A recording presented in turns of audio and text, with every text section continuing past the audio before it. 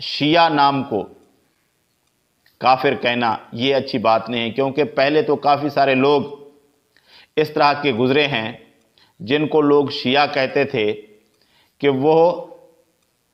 علی رضی اللہ تعالیٰ عنہ کی، عثمان رضی اللہ تعالیٰ اعوذ باللہ من الشیطان الرجیم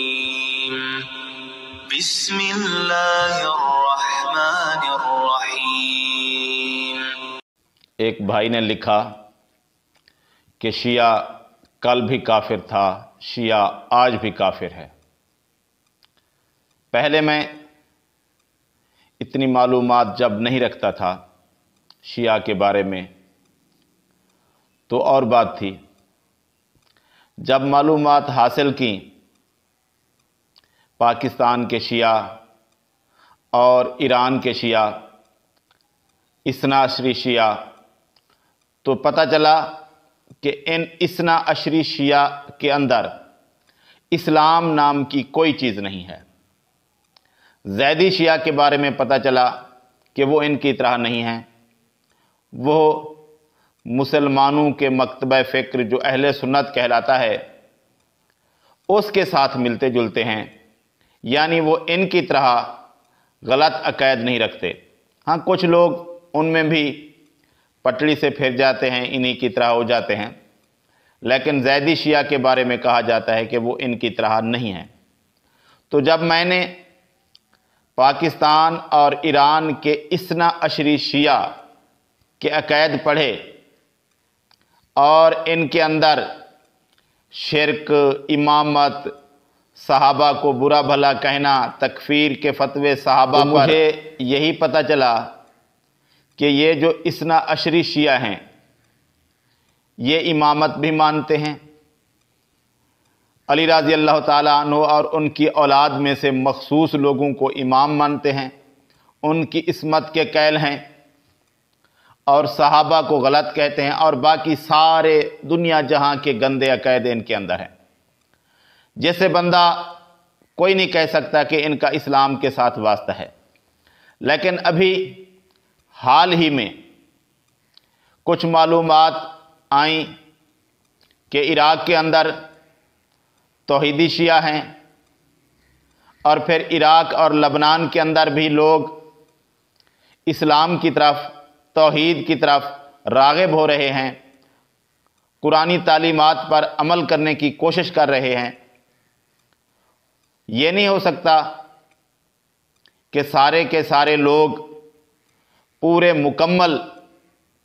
صحیح دین اسلام پر جو نبی صلی اللہ علیہ وآلہ وسلم چھوڑ گئے ہیں اس پر عمل کر رہے ہوں، لیکن کافی بہتری کی طرف جا رہے ہیں، اسلام کی طرف آ رہے ہیں، توحید کی طرف آ رہے ہیں۔ سب سے بڑی برائی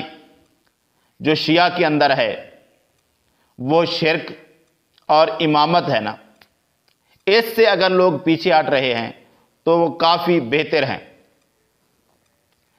لیکن پاکستان کے اندر مجھے پہلے کوئی ایسا شخص نظر نہیں آیا، اور خاص طور پر یہ جو توہین صحابہ اور اہل بیت والا بل آیا، ادھر کسی شیعہ عالم کی طرف سے یہ بات نہیں آئی کہ یہ بل ٹھیک ہے، اور ویسے کسی کی تقریر کبھی اس طرح کی سامنے نہیں گزری جس سے پتہ چلتا ہو کہ یہ امامت کو نہیں مانتا۔ لیکن حال ہی میں کچھ دن پہلے میری نظروں سے کچھ باتیں گزریں اور پتہ چلا کہ پاکستان کے اندر بھی ایک شخص ہے، سید علی شرف الدین موسوی، جو قرآنی تعلیمات پر چلنے کی بات کرتا ہے، جو امامت کا قائل نہیں ہے، جو تقیہ کو غلط سمجھتا ہے، جو متع کو غلط سمجھتا ہے، جو ان کا مہدی کا نظریہ ہے اس کو غلط سمجھتا ہے، قرآن کی بات کرتا ہے، شرک سے بچنے کی بات کرتا ہے، امامت کو فریب سمجھتا ہے۔ اس شخص کے بارے میں پتہ چلا تو میں اس بات کو سمجھ گیا کہ جس طرح پہلے علماء جنہوں نے معلومات اکٹھی کی تھیں وہ کیوں شیعہ پر کفر کا فتویٰ ڈائریکٹ نہیں لگاتے تھے اور کہتے تھے کہ یہ نظریات والے اگر شیعہ ہوں تو کافر ہوں گے. یہ نہیں کہتے تھے صرف شیعہ کہلوانے والے کافر ہیں، کیونکہ اب بھی لوگ زیدی تو بھی شیعہ کہلواتے ہیں، اور ان کے بعد ابھی یہ لوگ جو اثنا عشریوں کے ساتھ ملے ہوئے ہیں توحید کی بات کر رہے ہیں. پاکستان میں ایک شخصیت ہے اور اس پر بھی ان شیعہ حضرات نے کافی پابندیاں لگا رکھی ہیں. کبھی ان کو گھر سے نہیں نکلنے دیتے، کبھی ان پر کفر کے فتوے لگاتے ہیں، بہت تنگ کرتے ہیں انہیں. تو وہ توحید کی بات کرتا ہے، امامت کو نہیں مانتا، اور توحیدی شیعہ عراق کے اندر ہیں اور کچھ لوگ ایران کے اندر بھی ہیں جو قرآن کی بات کرتے ہیں، لبنان میں بھی چل رہا ہے. تو ان شیعہ کی بنیادیں ہل رہی ہیں، ان کے اندر قرآن اسلام پھیل رہا ہے. اللہ تبارک و تعالی اس طبقہ فکر کو جو کفر کی دلدل میں، شرک کی دلدل میں پھنسا ہوا ہے، اسے نکال کر نور کی طرف، روشنی کی طرف لے آئے، انہیں توحید کی طرف لے آئے. تو جس طرح باقی علماء پہلے سے کہتے آ رہے ہیں کہ ڈائریکٹ شیعہ نام کو کافر کہنا یہ اچھی بات نہیں ہے، کیونکہ پہلے تو کافی سارے لوگ